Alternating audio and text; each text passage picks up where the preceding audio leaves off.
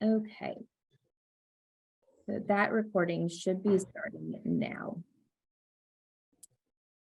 So let's go ahead and talk about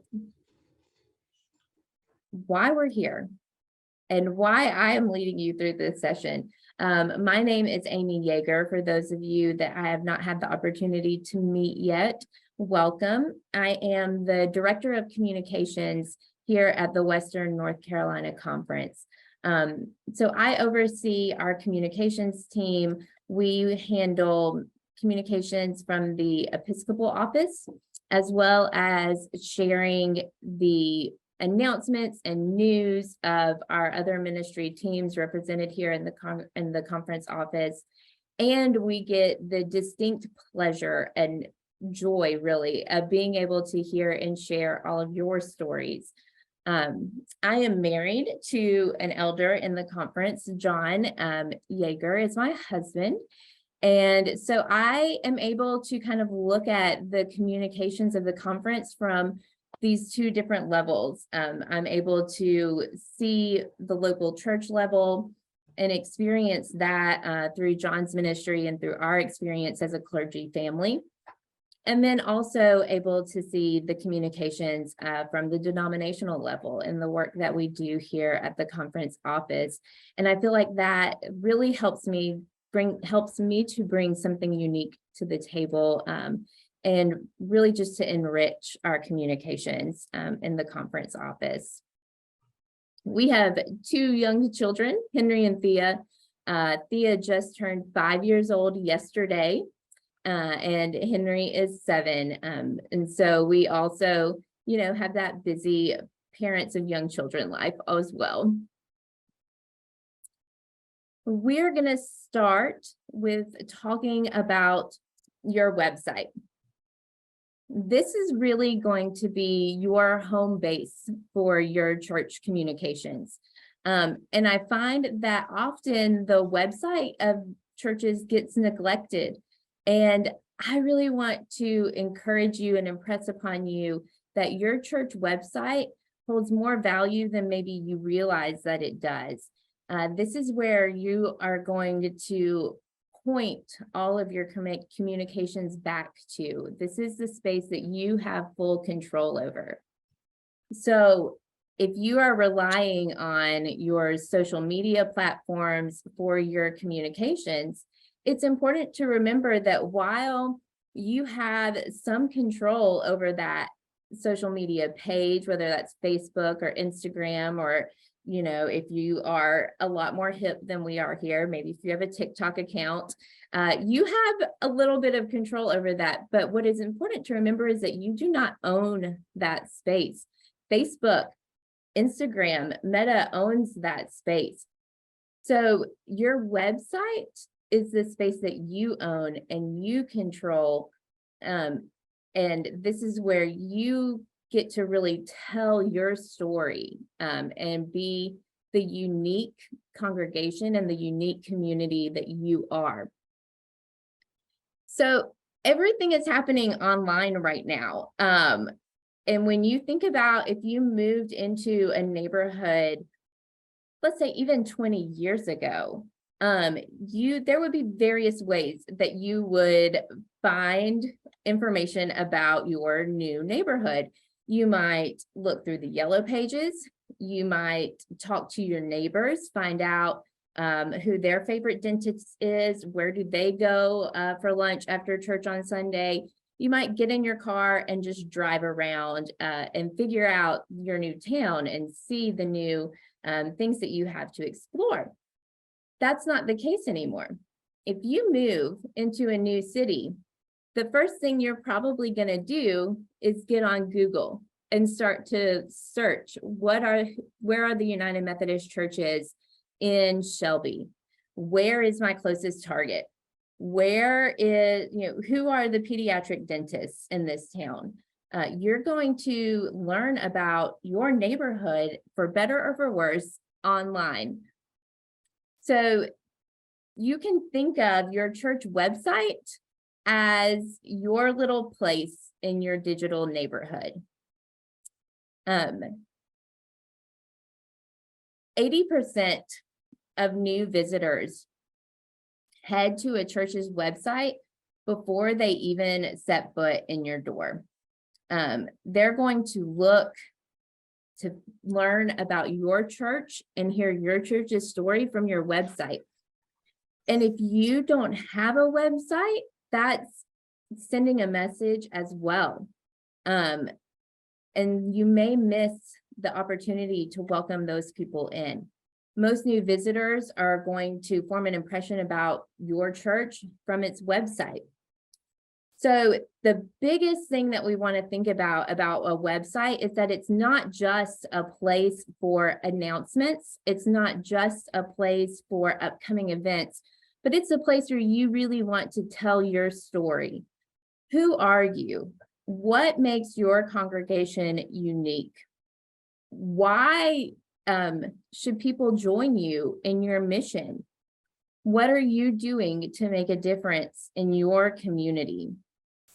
You can use your website to connect people to your church's leaders, to answer these important questions, and to really give them a hospitable welcome to your community. With this in mind, you want to make sure that your website, and this may sound counterintuitive, but you want to make sure that your website is oriented to newcomers. You may have a space on your website for current church members where they can find information, but really we want our website to be for visitors. What does a visitor need to know? Because, like I said, 80% are going to come to your website first. So make sure you have your worship times prominently displayed. Make sure you have your location. And don't forget your city, state, and street address. Because if I just Google Christ United Methodist Church, North Carolina, I'm going to get several Christ United Methodist churches in North Carolina, and I want to be sure that I'm on the web page for the right one. So make sure that you're including your full address and your location. Give them contact information for your ministers, for your pastor. If they have a prayer need, there are a lot of people who will come and check out your website or look for local clergy who may not be interested in visiting your church, but may have a pastoral need. So who can they contact if that is the case for them? If they have young children, who can they contact to learn about your children's ministry? And then tell them a little bit about what to expect on Sunday. I'm sure that all of us have gone to a new church at some point and not been exactly sure, is this the church where I wear jeans, or is this the church where I really need to put on my Sunday best? Is there a place, a nursery that's staffed for my children, or will I need to bring coloring books to keep them busy during worship? Kind of walk them through what a Sunday at your church looks like, so that they know exactly what to expect when they pull up to your campus. Now, having a website, building a website from scratch if you don't have one, or updating your website can be pretty daunting if it's not something that you are familiar with. So there is a document in that Dropbox folder. And like I said, I'll have this slideshow available for you as well later. But I want to point you to 3 website services that are available to you from the greater denominational level. Resource UMC, their communication services are such an incredible blessing and resource tool for you. So when this is over, if you're not hopping into another leadership training, or if you have a few minutes, I really encourage you to go check out Resource UMC and look at all of the tools they have available for you. So they can help you master online communication. They have trainings that you can take. They have graphics that are already made that you can use. And then they have their staff as well that you can reach out and get more one-on-one contextual information to help you with your church website. The GCFNA, which is the United Methodist General Council on Finance and Administration, may not be the first thing you think about when you think about church communications. You may not think, oh, I should go to the finance and administration, but they have an award-winning communications and marketing department. And they have a program that is specifically built to help you think through what you need in a website. And then they will move you and work with you, hold your hand through the whole process as you go from what should my website be all the way to, wow, we have really created a website that reflects who we are. They will walk you through that entire process. So I cannot recommend the GCFNA website building program too much. I mean, it's fantastic. And then umcpress.com is another service that helps United Methodist churches build and launch their website using WordPress. And they also have technical assistance and tutorials as ongoing support for you. So if you already have a website and you know that you are using WordPress as your design where you design your website, or if you're using WordPress for your domain and all of it, umcpress.com can help you move forward from where you are with that ongoing support. So we're going to dig in just a little bit to what your church website needs. We already said that we want it to be friendly for visitors. But we also want to talk a little bit about making sure that your website has responsive design. Now, responsive design is a term that we use that basically just means it looks good on a computer and it looks good on a cell phone.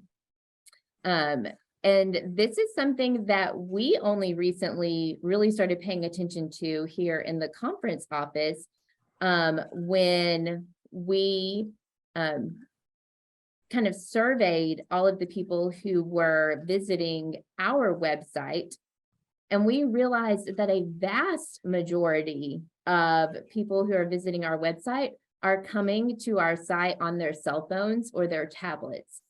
And that kind of surprised us. We had really built out our website to look good and to function well on a desktop, but we were ignoring the fact that most of our visitors are coming to us on mobile devices. And so we really are starting to pay more attention to, is this page, are people able to move through this page easily on a cell phone? Are they able to find the information that they want on a cell phone? Does this page look aesthetically pleasing?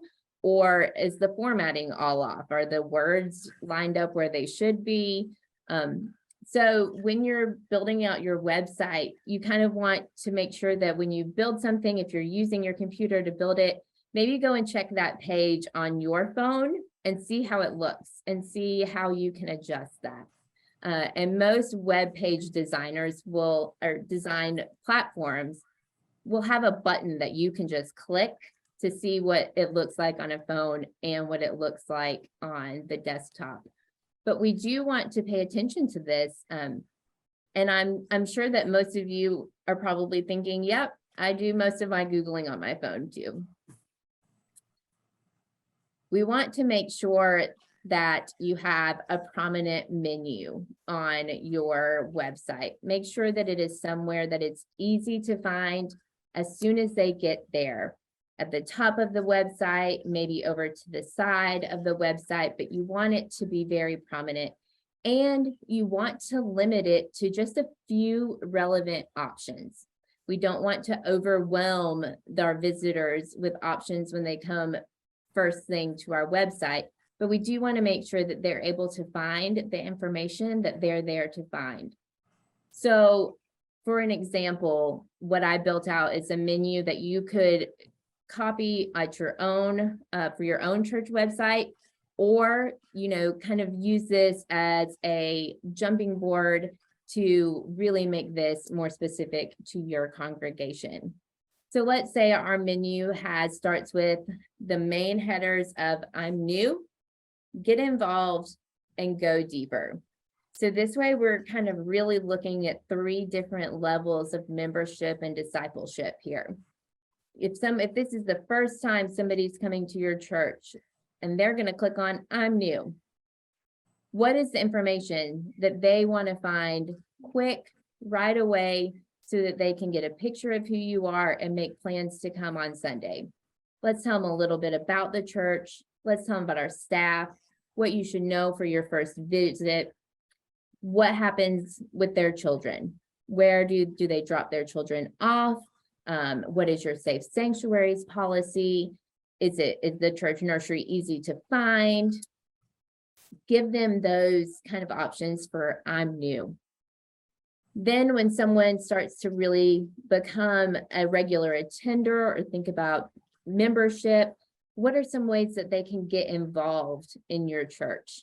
What are the ministries you have going on? What are the different groups that meet? Do you have a United Women in Faith? Do you have United Methodist Men?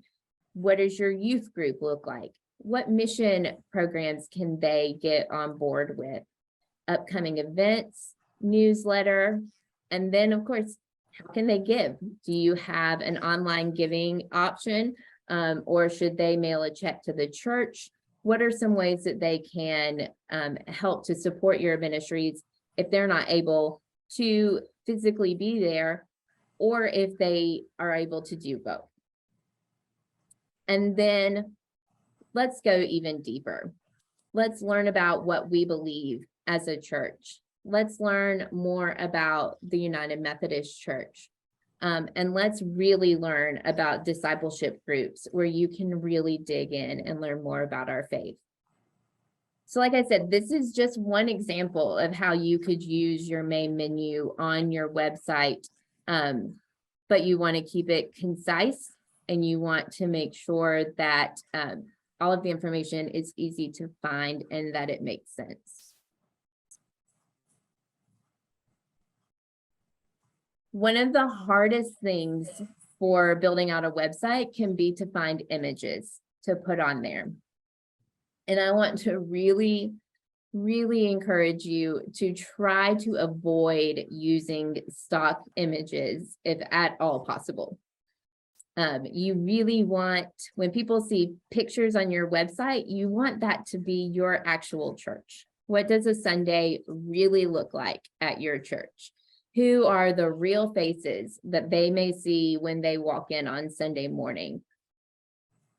But collecting all of those images and photographs can be really hard. So a great idea that we are using here at the conference office is to have volunteers to help us collect photos. And so maybe start a photography ministry. You can use these photos on your website, on your social media. You can use them if you are pitching stories to your local newspaper. So surely somebody in your congregation owns a camera or even can shoot from their cell phone, because honestly, my cell phone quality pictures are sometimes better than the camera quality pictures. And then give them a little bit of direction. Tell them some specific images that you'd like to have. We'd really like to have some pictures of Sunday worship.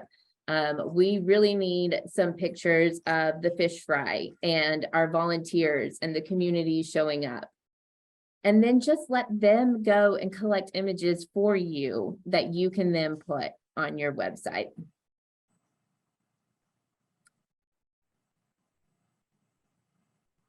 Now, just a few more quick tips for website before we move to questions and then on to some other platforms. Display short testimonials from some of your members. So why have they been a member of First United Methodist for 20 years? What does that mean to them? Maybe get a new member. Why did they decide to visit? And what was their experience like the first time that they set foot on your campus? Why did they decide to come back a second time? Sharing these testimonials can really help to humanize your congregation on a digital platform. You want to regularly review every page, and for the purpose of what I mean here, for regularly review, what I'm really saying is don't build your website out any bigger than you can maintain. So you want to make sure that you are able to go in and look at every page and keep up with it. And if you find that your website is getting out of hand and you can't keep all of the pages up to date, maybe then the question to ask is, can we scale down a little bit to make this more concise, to make sure that all of our information is accurate and easy to find? And along with that, keep your design and your graphics simple. You don't need to have a website that rivals the website of giant corporations. If you are a smaller church, a smaller congregation, you don't even need to have a website that rivals that of a larger congregation that maybe has a full-time communications staff. It does not matter, how elaborate your website is. What matters is that your heart shines through that and that the people are able to get the information they need.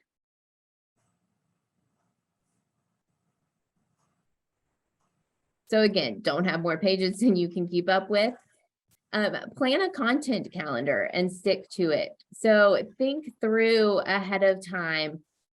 If you know that you have certain events coming up, or say we're in September, and we can go ahead and look ahead and know that the Advent and Christmas season is going to be outrageous.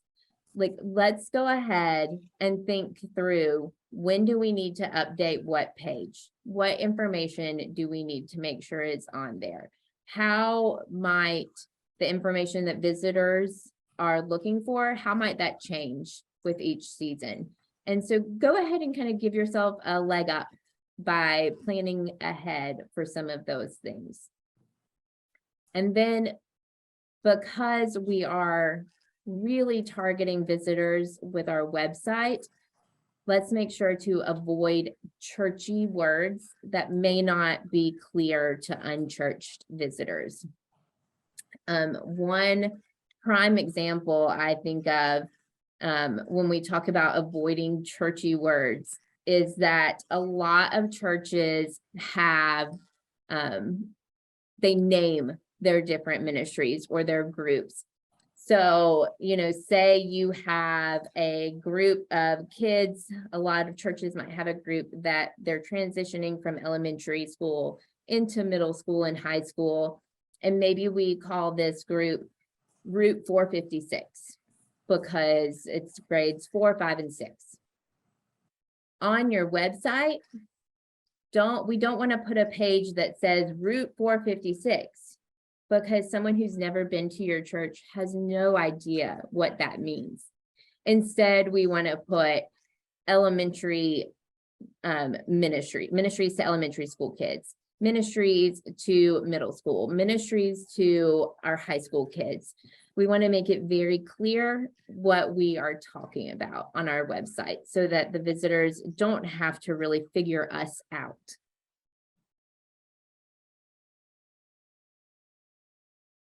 Now, I'm going to take a minute and scroll back through some of the questions that I have seen on the chat and address those.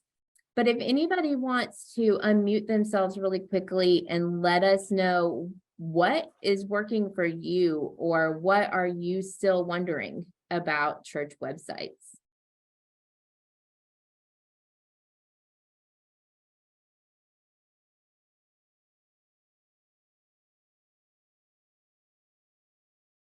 Okay, I'm going to address one question that I see in the chat real quick that is really important.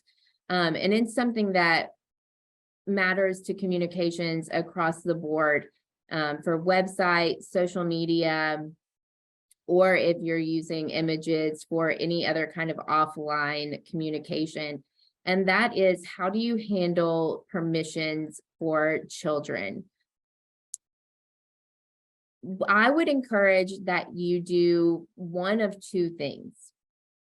Either you just decide that you do not show children's faces on your website or social media and have that to be your standard policy, or you make sure that you are getting a written release from the legal guardians of those children before you post their pictures. It's really important to keep in mind that we do not know the situation of all of our minors. And there are times where you may think that it's a really innocent thing to post your children's choir on your social media. And in fact, what we're doing is endangering those children who may have different reasons that they cannot be online for their own safety, or if they're foster children. I see that y'all are doing a really great job of sharing resources with each other in the chat. So thank you for that. What about shared Google calendars? I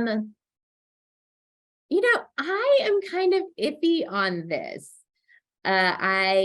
I think that it's nice to have a calendar, but you do want to make sure that it's one that's really being kept up and up to date, and not growing stale. So if you have a calendar on your website, and it is outdated, that can really be more of a con, than the pro of having the calendar. So if you're going to put a calendar on, make sure that you have someone who's keeping it updated all the time.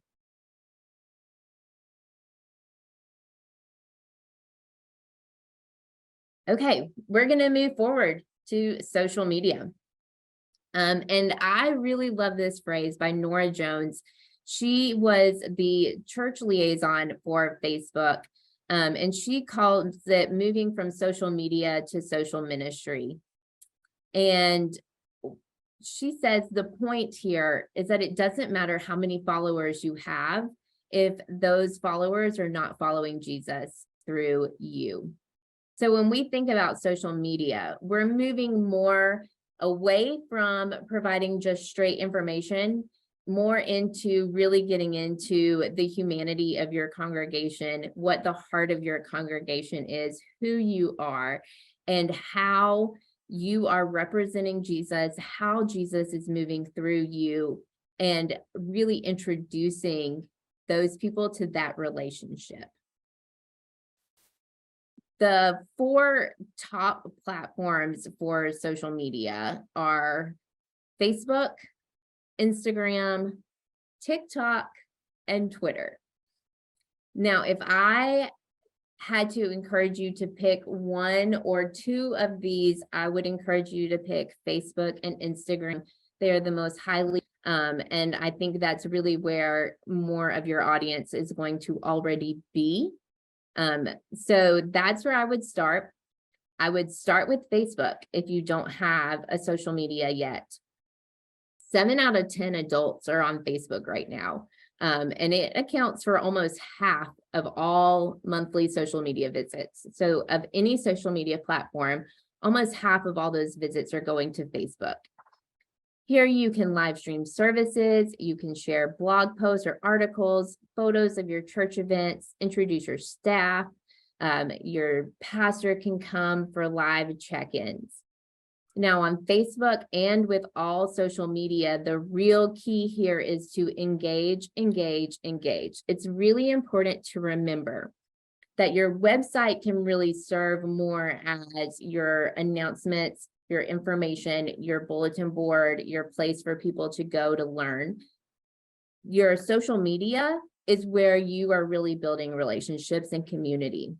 So when you post something onto Facebook or Instagram, we don't want to just post and forget. We don't just want to post a scripture and then go on about the rest of the week and not go back to our Facebook again until Sunday morning. What you really want to do is ask a question in your posts. Try to get people to comment underneath. Ask them how their week is going. Is there a way that our church staff can pray for you this week? Where have you seen God in your life this week? Encourage those conversations on your social media, and then make sure that you go back and look at the comments and respond to them and really create that two-way conversation. That's what social media is really meant for and built for, and that's where you can really thrive, is by creating those relational conversations. On Instagram, 1 billion people use Instagram every month, and 500 million people view Instagram stories every day. So the key difference between Facebook and Instagram is that Facebook is where you can really be more in depth with what you're sharing. Instagram, we really just want to see pictures and short little captions that people can read quickly and keep scrolling. You want to make sure that Instagram has photos with people. It's not really so much as a place where you want to share graphics. Now, we at the conference office are really guilty about doing this and sharing graphics on our Instagram a lot. But engaging with who your community actually consists, what are the people they consist of? What are their smiling faces look like? What do your events actually look like? Some creative things you can do here, maybe show some behind the scenes footage, maybe snap a candid photo of the pastor in her study getting ready for worship, or get a clip of what your AV team is doing before worship. People really love those. And you want to remember also to use hashtags on Instagram. So it can be as simple as something like hashtag UMC, hashtag Christ United Methodist Church, hashtag children's ministry. You don't have to be creative or think of all of this. Hashtag BUMC Walter is one that I would definitely recommend. Yes. I see questions about who is doing all of this posting, hired staff or volunteers. That really depends on your church context. If you have the staff to do that, I would encourage that you have at least one staff person who is the administrator for those accounts. But it's really hard to have just one person doing all of your social media and engaging in it as well. So my recommendation, just like with the photography ministry, maybe think about if there's a team that you can build who can really be your social media team. Those people, beyond just posting, we want to ask those people to check in on the posts, to engage with the posts, have them just go through and like all of the posts from the church, or maybe drop their own comment to get the conversation started. And this doesn't have to come from your overstretched, overworked, burnt out adult volunteers. You may find that your best social media volunteers are going to come from your youth group or your college ministry. This is a wonderful place where you can pull in some of your younger people and give them the permission to start leading in church. Give them a place where they have some guidance from someone, and let them kind of lead you in something that they are natives in, that is sometimes a foreign land for us. Let's see what other questions we might have here. Yeah, so I see Debbie posted, we encourage our in-person people to comment to get the conversation started. I think that is a great thing to do. And again, that's something that you can use a social media team as well. What about YouTube? YouTube is a great place. And it can be a really scary and daunting place to be. And I don't find that YouTube is so much of a social place for our audience. Maybe it is for your local church. Maybe you have a lot of people who are really tuned into YouTube.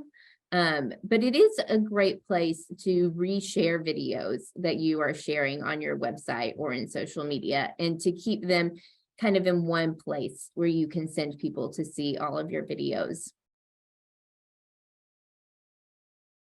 What hashtag did I prevent? Yes, thank you, Chris. Again, hashtag BEUMC.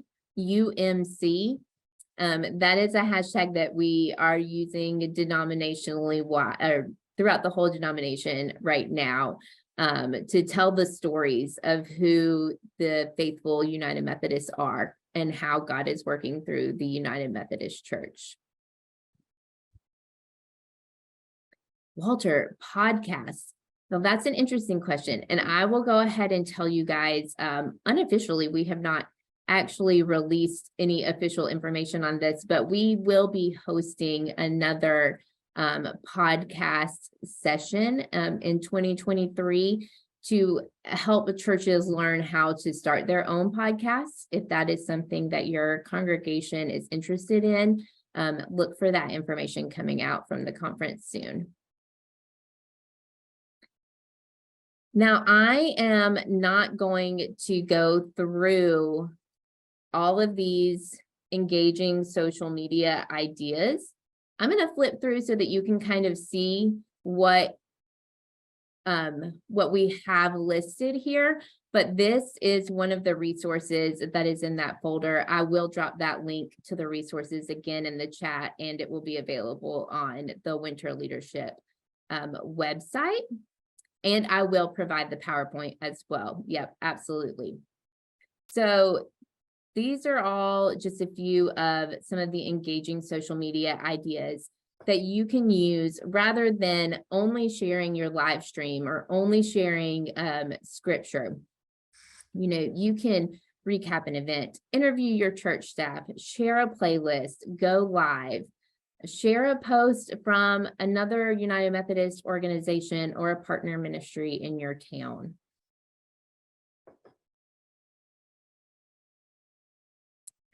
Highlight your home church members. And by home church, what I'm really meaning here is that now a lot of our congregations have regular attenders who are not coming to our physical campus, but they're showing up every week online. So highlight some of those families on your social media. Really bring them in as a part of your faith family, and say, you matter to us and we want to know about you and we want to introduce you to the rest of our community. That's a great way to really start building community with that both and worship that we have now.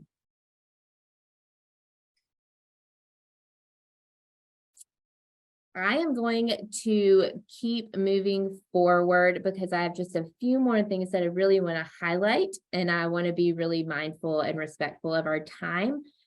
But I do want to offer to you, if you will please drop all of your social media questions in the chat. Again, this is being recorded, and I'm going to go back and look at the chat after this session. And I will go through and answer all of the questions in the chat to the best of my ability. And I'll put that in a document that we will also share in that folder and on the website so that you can go back through and find those answers to your questions. So in respect to all of our time, we're going to move forward, but please put all of your questions in the chat. Okay, but what about offline communications? Now, sometimes this is something that we overlook, or sometimes for some of our congregations, it may be the only option.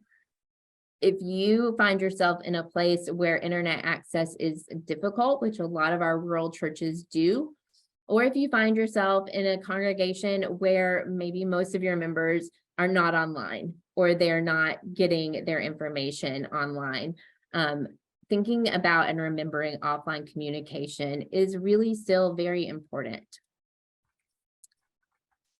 Offline communication used to be the only communication, and obviously that has changed. But what hasn't changed is that we are still human people who respond to real life connection and engagement. And that is going to be true for humans, I believe, forever. We're not going to be able to replace real connection and real communication through digital screens, as much as our culture may try to force us to do that. So some offline opportunities that we still really want to remember: your bulletin matters.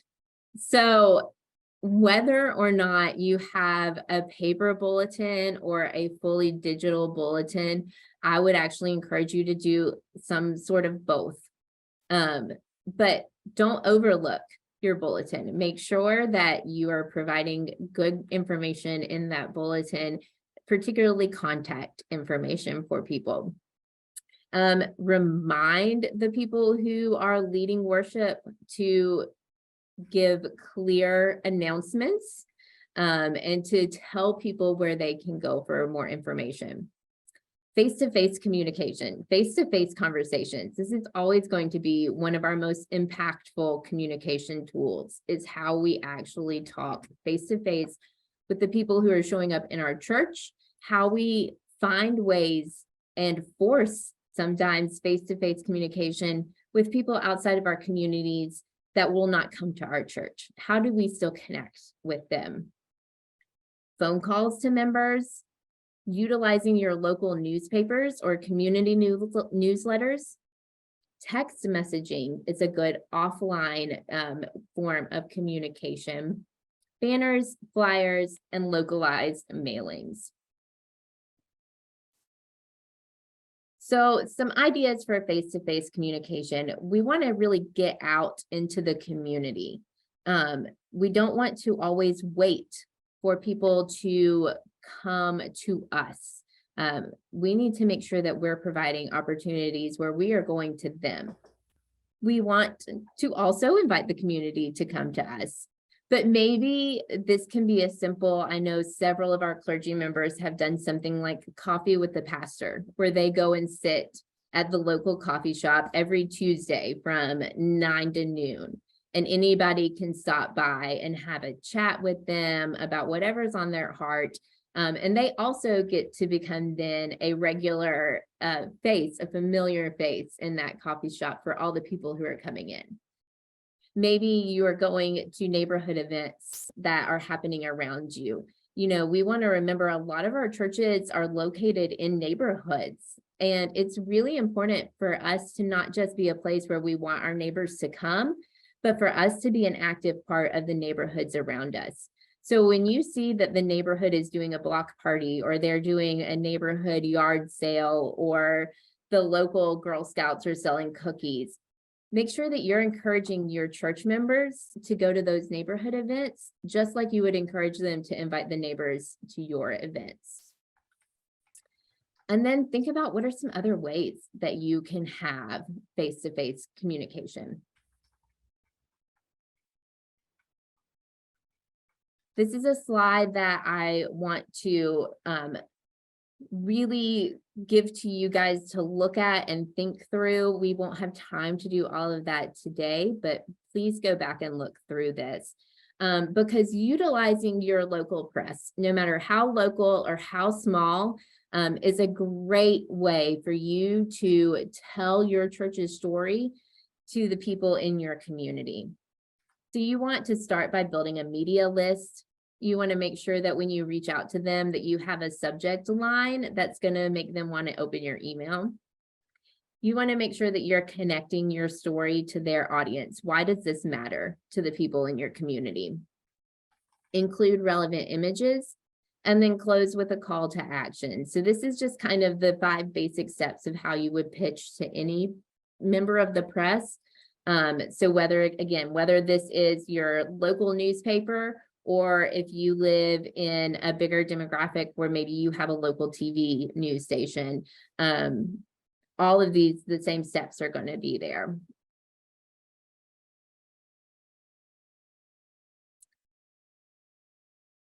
And then I want to also remind you all again about Resource UMC. And then Outreach is an organization that the United Methodist Church and United Methodist Communications partners with often. And Outreach can provide you with banners, signs. They will do local mailings you can tell them a specific geographical area. So if you want to go as far as 5 miles from our church to 20 miles from our church, depending on how rural or compact your neighborhoods may be, you can tell them a radius and they will send out a mailing to people exactly in your neighborhood. So this is really a great way to do targeted communications.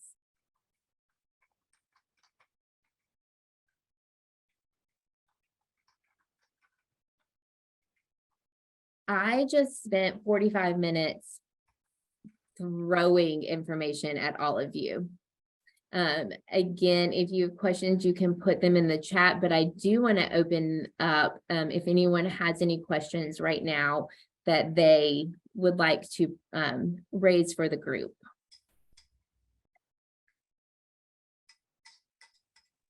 I would like to address something a little bit different. We're in a rural area and we have a huge non-denominational church within 5 miles of our church. Mm-hmm. And so what I am having the best luck with, and we've had a lot of people join in the last 7 months and a lot of people be baptized. We are thinking about doing what has actually worked at our church, but expanding it, which is going out into the community. Most of the people that have joined, somebody in their neighborhood has asked them to come. And so we want to expand that, but our church take maybe a street and just go house to house visiting, that type thing. If we do that, what would you think would be good items for us to leave with them?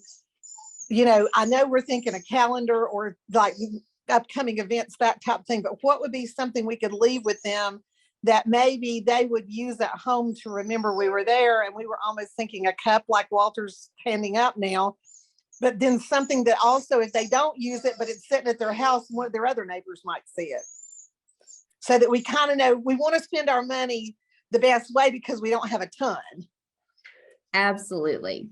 Absolutely. So if you are going to be handing out something that is time bound or time specific, say you are going to go out around Christmas time and you are going to really encourage them to show up for your Christmas cookies and carols for the family. Right. And you want to show that, tell them when your Christmas Eve service is. You know, those things are things that you can put on to a paper postcard or a flyer that you can hand out. But if you just want them to have information about your church or to keep your church front of mind, I would really encourage you to use those items that are not quite as disposable.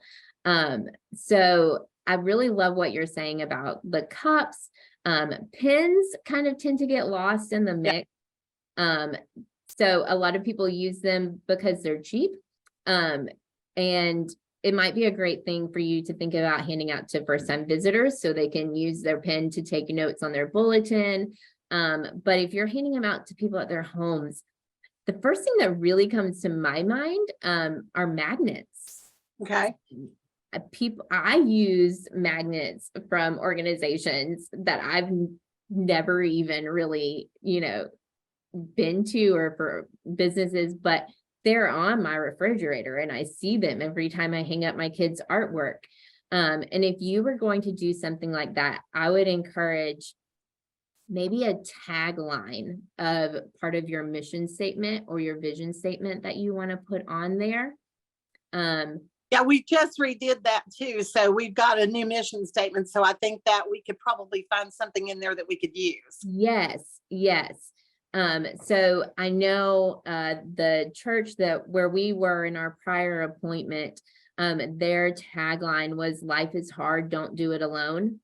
So you could use something like that, that reminds people that you're really there for community, that you're really there to give them a place where they belong, to give them a place where they can find friends. I was just listening to a podcast. This is off the topic. Well, it's not really off the topic, but I was just listening to a podcast this morning where they said that over 50% of millennials say that they are lonely all of the time, that it's not just a feeling that they drift in and out of, but that it's a way of life, loneliness. And this is really a great mission opportunity and ministry opportunity for the church, because that is who we are. That's why we're here, is to build community and relationships, and to build relationships between people, and to build relationships between people and God, and to let them know that they are not ever alone. Yeah, the last two families that joined our church were between 30 and 45. Right. With one or two kids, that's what they were. And the last thing, and this, you just gave me a great idea, so I'm glad I came to this meeting today. The last thing that we have in our mission statement is to make friendships that last a lifetime. Yes, yes. I think, if you're looking for what is a message right now, that message of community, of belonging, of support, we are a disembodied culture right now. When we're talking about all of this online communication, when we're doing this right now on Zoom, we might be seeing each other's faces, but we're not experiencing each other's presence physically. And church is a place where we can experience that. And so reminding people of that value, I think, is a really key message opportunity for the church right now. Well, thank you, because honestly, that's what I needed, was exactly what you just told me. So now we know what to do to move forward. So thank you so much. We're getting ready to meet the 1st of February with our evangelistic type ministry, our communications, and our nurturing committee, because we want to not only take care of the people that we don't know that we want to come, but we also feel like that during COVID, we have let go of our shut-ins, and we want to try to bring them back into where they feel part of the community as well. Yeah, absolutely. Aaron, I want to touch on your question in the chat real quick, because I think that will be helpful for the group as a whole. So Aaron asked, we use outreach to send a postcard to new residents. How do you know if it's working? So I think the obvious answer is whether or not anyone new shows up at your church. But when they do, ask them the question face to face. When someone shows up, first of all, we don't want to overwhelm them with all of the information about our church on their first visit, but we do want to show them some hospitality. And I think one of the ways that we can show them hospitality and show that we're interested in them and in our community at large is to say, how did you learn about our church? What brought you here today? And you can use those answers. If you collected those and start to compile them as data, you can use those answers to really get a good picture of how your communication efforts are working, or maybe where there are areas that you can improve, where you could be communicating and you're not. So the best way is really just to ask. And maybe that's another thing that you do house to house, if you're going to be doing that in the neighborhood, or maybe that's something if your pastor is going to sit at a coffee shop, or if you're going to participate in the community 4th of July parade and you're talking to people, just ask them, have you heard about our church? What questions can I answer for you about our congregation? Where are you finding information about our neighborhood? Where can we show up and really be a presence for you? So those are where you can really use those face-to-face conversations as a key point in your communication strategy.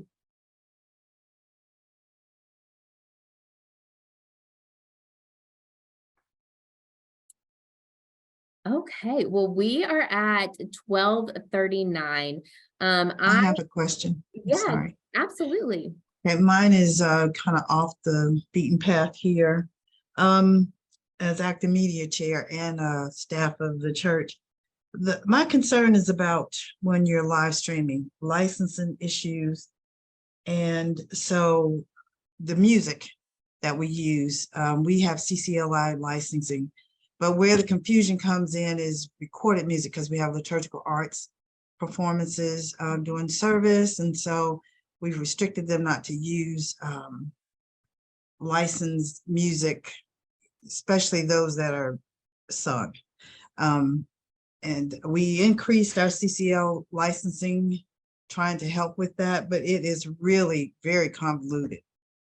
How should we proceed to make sure that we're not going to be liable for using someone's copyrighted music during our services because we're live streaming?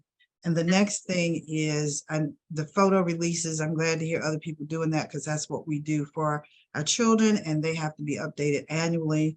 But we also put a sign in the Northex saying, but we don't show any children that we don't have released, showing that we are filming this service and you're entering the service, gives us permission that your face can be shown. And we did that as an extra protection for the adults that are in the audience. And I don't really know for sure if that's really a protection thing. So can you speak to that? Yeah, I can as much as I know. And so what I have encouraged a lot of churches who have reached out about CCLI in the past is to make sure that when you post your live stream to whatever social media platform you're posting, or to your website, include in the caption or in the information about that video your CCLI number. Make that clear so that you are showing that you do have the rights to share that music. Sometimes Facebook or YouTube, because they use algorithms and they use basically just computer programs to detect these things, sometimes they're still going to flag your content and it may mute part of your service. You can dispute that with Facebook. Most people don't have very good results with that though. But the best way to do that is to make sure that you have your CCLI number somewhere accessible on your video. And I love the fact that you are being mindful about letting people know that they're being filmed. This is a conversation we're having in the conference office right now as well about all of our events that we host and whether or not we are sharing appropriate information with people, that we may be capturing their image, making sure that we have the right permissions as well. So we're learning more about that as we move forward and trying to be responsible with how we capture people's audio and their visual image and how we use that and making sure that we have those right permissions. So we're still kind of learning through that as well. I love to hear that you're being mindful about it, and I'll be sure to find a way to share what we're learning with all of you as well. I will mention something about the getting blocked, because we got blocked. I've been very much involved with Jason, and I'm also a member of Church Vitality, but we got all the Zoom accounts, all these churches and stuff like that. Yeah. One idea that I came up with, and it's been very successful, is if you're worried about the music, obviously, Facebook is a little bit more lenient than YouTube is as far as music goes, especially just chopping off another service. If somebody's in the middle of watching your service and it's live stream, and all of a sudden, boom, it shuts off, and then you get a notification, Sony Music has claimed this music. Well, obviously there's a problem.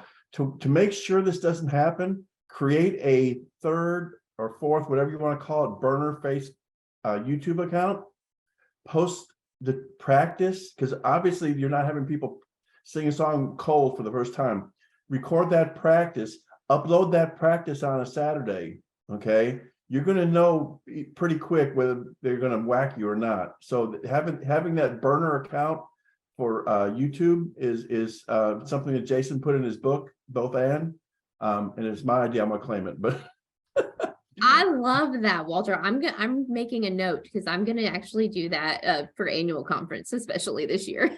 So, but yeah, the thing is you can get whacked and yeah, it doesn't help you if like somebody's watching the service and Sony claims the music. So, but be very careful. If you're now we repurpose a ton of music, but we're very careful what we're using. The original composition, hopefully we're, find him like way in the public domain. Once in a while you can just go under the radar if it's done by a group that's very good, but maybe they've only had 50 or 100 views and they didn't get copyright struck. You can repost that. I mean, you give them credit, but we do a lot of that. Our services now, because we didn't have a choir since COVID, and we always have 2 or 3 choirs with us, and we've not had any issues since, because we were getting tagged on our own personal stuff that we were trying to do, but use contemporary music, and that gets whacked every time. But when we learned to work around that was to actually do take the practice, upload that. If we pass that, then we're going to be good for Sunday. So That's a great idea. I love that.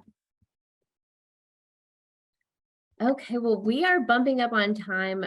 So I am sharing one more time the link for the Dropbox folder with the resources. I'm going to put that in the chat. And I'm also including a survey that they have asked us to have all participants to fill out this survey after the session, just so we can know what information you found really helpful, what information you might like to know later on if we do another session or next year for the leadership trainings.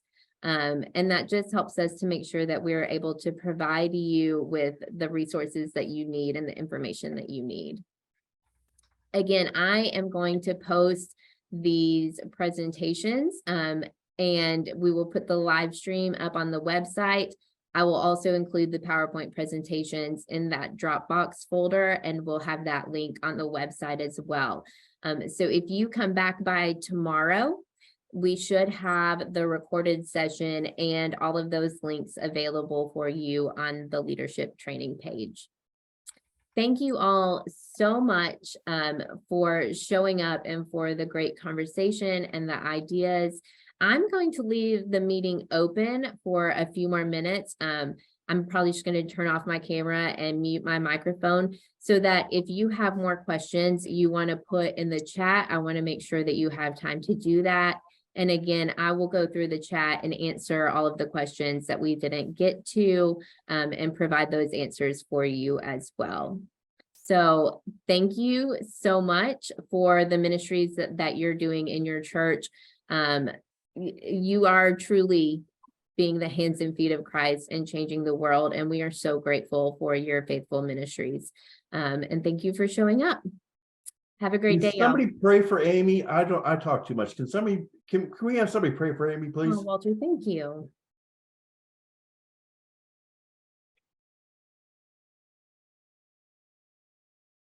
I'll pray for Aimee. Okay. Let us pray.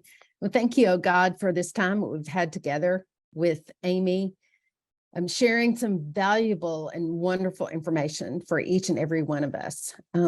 We thank you for this group that has gathered together with passion for being able to communicate to the community who we are as United Methodists and how we can help bring others to know Christ as we know Christ.